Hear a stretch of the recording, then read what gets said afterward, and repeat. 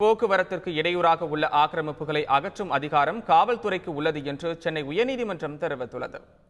சென்னை ஆவடியை சேர்ந்த காந்திராஜ் என்பவர் தாக்கல் செய்த மனுவில் ஆவடி பஸ் நிலையம் அருகே ஆட்டோக்கள் நிறுத்துவதற்காக தாம் அமைத்த குடிசையை அகற்றும் காவல்துறை மற்றும் ஆவடி நகராட்சி நடவடிக்கைக்கு தடை விதிக்க வேண்டும் என்று குறிப்பிட்டிருந்தார். இந்த வழக்கு தலைமை நீதிபதி இந்திரா பானர்ஜி மற்றும் நீதிபதி சுந்தர் ஆகியோர் அடங்கிய அமர்வு முன்பு விசாரணைக்கு வந்தது.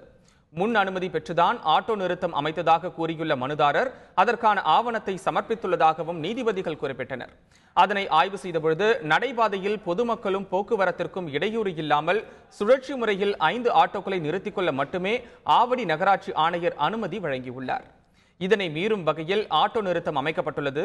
எனவே ஆட்டோ நிறுத்தம் அமைக்கப்பட்ட குடிசையை அகற்றும் நடவடிக்கை ஏற்புடையதே என்று நீதிபதிகள் தெரிவித்தனர். பொது வழியில் பொதுமக்களுக்கும் போக்குவரத்திற்கும் இடையூறாக உள்ள குடிசை உள்ளிட்ட எந்த கட்டிட அமைப்பையும் அகற்றும் அதிகாரம் காவல்துறைக்கு உள்ளது என்றும் தலைமை நீதிபதி தலைமையிலான அமர்வு குறிப்பிட்டுள்ளது.